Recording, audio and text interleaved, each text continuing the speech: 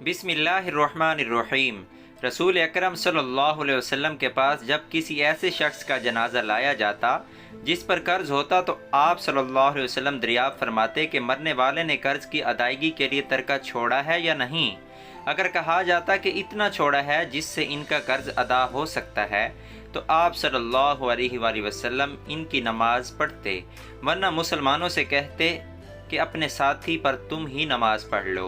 फिर जब अल्लाह ताला ने नबी करीम सल्लल्लाहु अलैहि वसल्लम पर फतूहात के दरवाज़े खोल दिए तो फरमाया कि मैं मुसलमानों से इनकी खुद अपनी ज़ात से भी ज़्यादा करीब हूँ, इसीलिए इन मुसलमानों में से जब भी कोई वफ़ात पाए और कर्ज़ छोड़े तो इसके कर्ज़ की ज़िम्मेदारी मेरी है। अगर जो कोई माल छोड़ दे तो वो इसके वरसा का है।